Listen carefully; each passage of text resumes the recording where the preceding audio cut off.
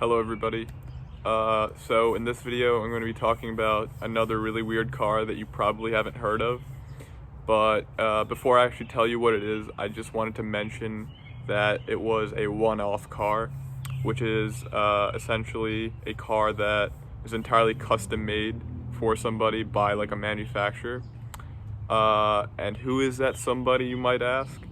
That's a good question because I don't really know, and nobody on the internet seems to know either. The only thing that I was able to find that this car was sold to a Saudi prince in the 1980s, and then like some random British actor in like the 2000s. So yeah. So what is this car? It's called the Aston Martin Bulldog. And this is the same car company that makes all the cars in the James Bond movies. Now, the Aston Martin Bulldog is just like really strange, just generally speaking.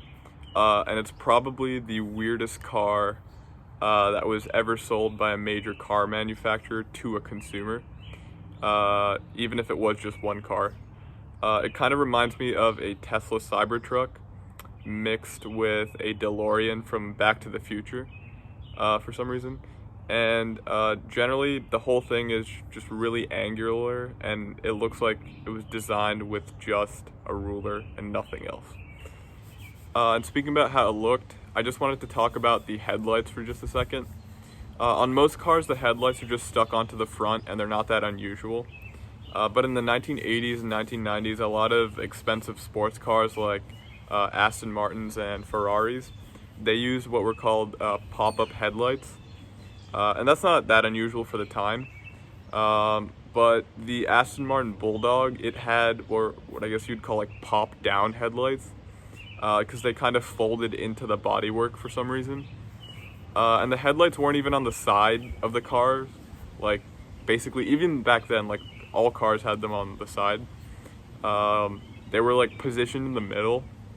And even stranger than that, there's like a row of like 5 lights, and it doesn't have 2 like every other car. And it just made it look like one of those jumping spiders. It just looks weird. But the weirdness doesn't really stop there. When you look at the inside of the car, it's just really, really strange. And I've spent way too much time thinking about this. But I actually think that this might have been the first car with a screen on the inside, like a mini TV. Now in most modern cars, almost all of them have like a little screen in the middle, and it's like the size of an iPad, and it essentially can control like your AC, your heat, the radio, and like the navigation system, that kind of thing. And most cars started getting that a couple of years ago, maybe 5-10 years ago. And this car is like 40 years old. So I honestly wonder how pathetic the screen in this car must have been to use, especially compared to like modern standards.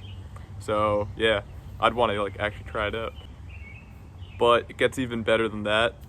If you look at the steering wheel, I don't really know how to describe it in all honesty. It has like a single spoke like connecting the entire thing. And it just looks like it'd be really flimsy to use, more so because it's like 4 decades old, so it's just weird. And so that's been it. That's the Aston Martin Bulldog. I seriously think that this is what Aston Martin's engineers thought that the future would look like in 20 or 30 years. And you know, they were wrong obviously, and I'm kind of glad that they were wrong, so.